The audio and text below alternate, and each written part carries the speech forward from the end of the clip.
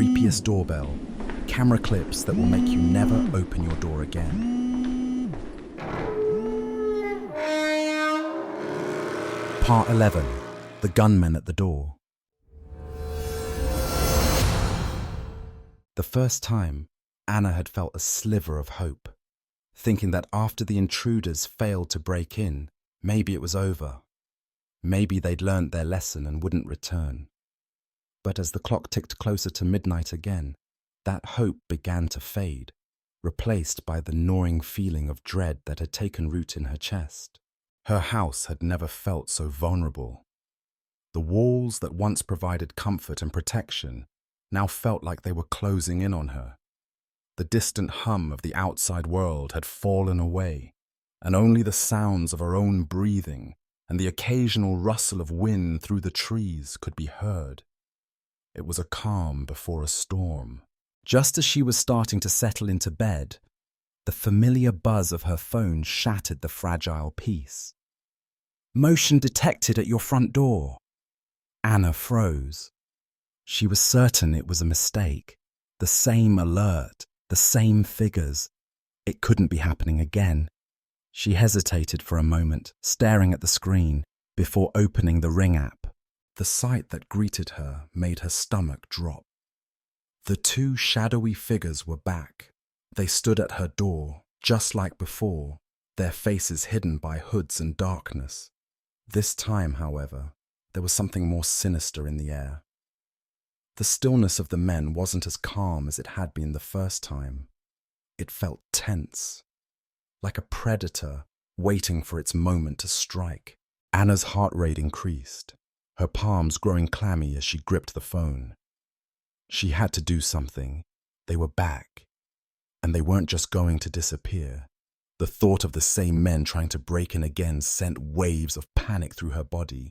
She couldn't face this again. Not alone, not with her children asleep in the next room. Her hands trembled as she pressed the intercom button. "I've already called the police.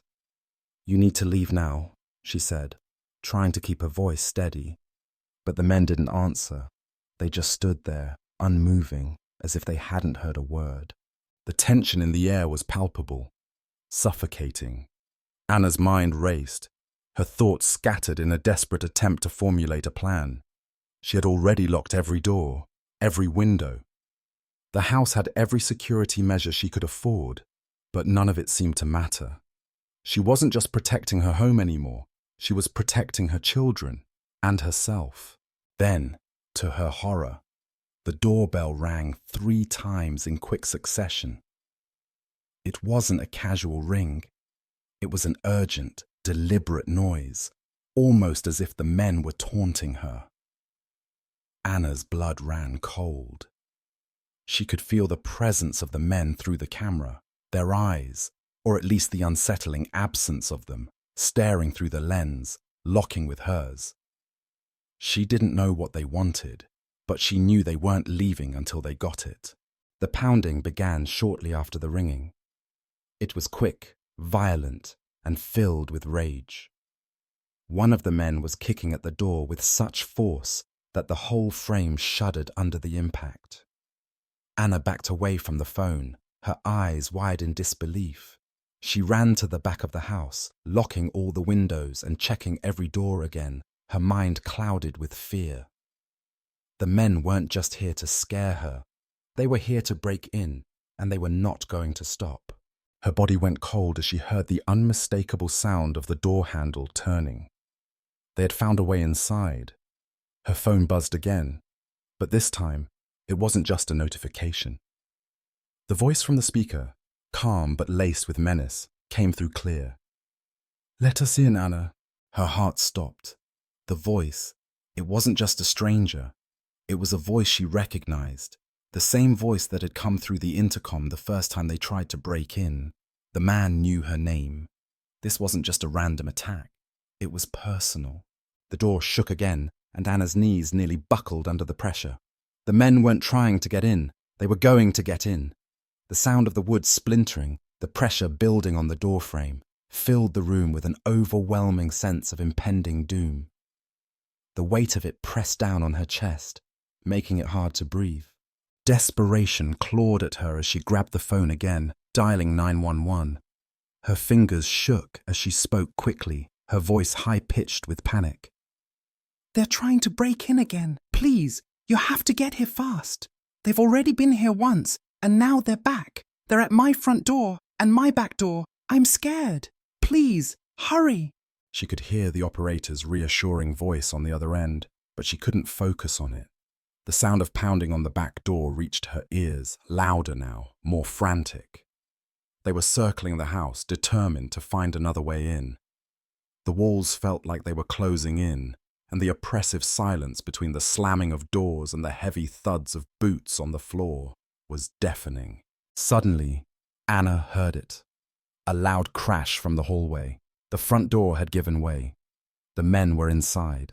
Her blood turned to ice as she realized there was no longer any safe place to hide. They were in her house. They were too close.